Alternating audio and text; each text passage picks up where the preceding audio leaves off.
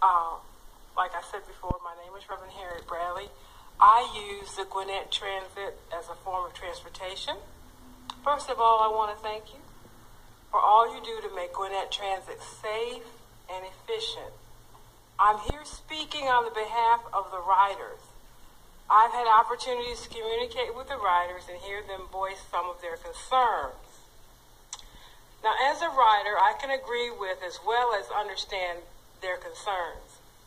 One, of course, is even though this is a public hearing, a person that uses Gwinnett Transit may be able to get here, but can't get back home because the buses do not run long enough. Now, I live in Norcross, like I said, and it took me 2 hours to get here, and I have arranged for a ride home, so I don't have to hitchhike. The bus schedules don't start early enough or run late enough. One staffing agency that specializes in placing people to do warehouse work shared that the current bus schedule doesn't allow workers to arrive at the warehouse jobs that usually start at like 7 a.m.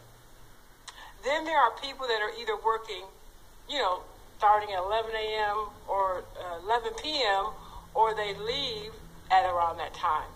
I've often heard people around that say they don't realize I've got to get to work. Then, of course, there's a serious problem with limited service on Saturdays and no service on Sunday, which means I can't shop like I want to in Gwinnett County because the buses don't run well. And I want to spend my money here in Gwinnett. Now, this has caused problems with them getting employment because even now, unless you have a car, you can't work at the Mall of Georgia. I can't shop at the Mall of Georgia unless somebody takes me.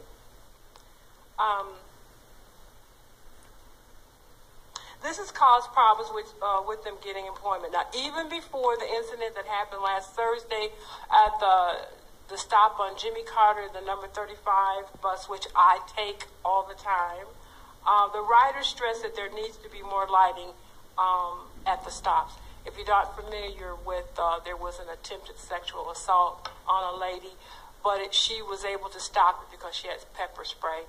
And like I said, that is a stop that I use, and I was right behind it. If you saw any of the news coverage, I was on there telling about the story. Like I said, I live on Route 10.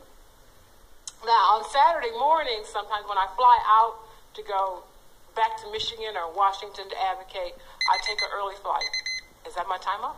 Well, since we don't have anyone else here waiting to speak, we will give you a little bit more time. Thank you, because I'm nearly finished. You obviously went to a lot of effort to be here, so we'll give you a little more time. Thank you.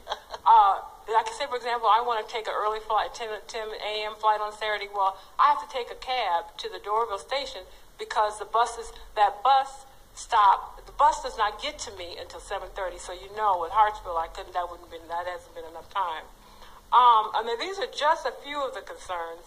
Of course, this venue isn't adequate time to discuss our concerns, so the riders would like to schedule a meeting with you, the Gwinnett Transit Advisory Board, as well as Viola, in a time and location where the riders can attend.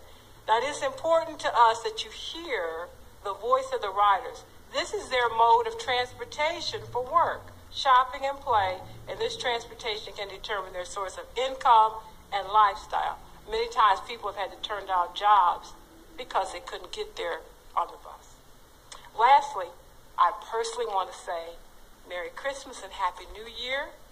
We're looking forward to working with you to improve the Gwinnett County Transit. Once again, I thank you from the bottom of my heart. Thank you, Ms. Bradley. We appreciate you being here and your comments. And if you'll leave your contact information with me, we'll be happy to be in touch with you about your request. Thank you so much. God bless you. And Merry Christmas. Merry Christmas. Merry Christmas to you. All right. Somebody's got a singing voice.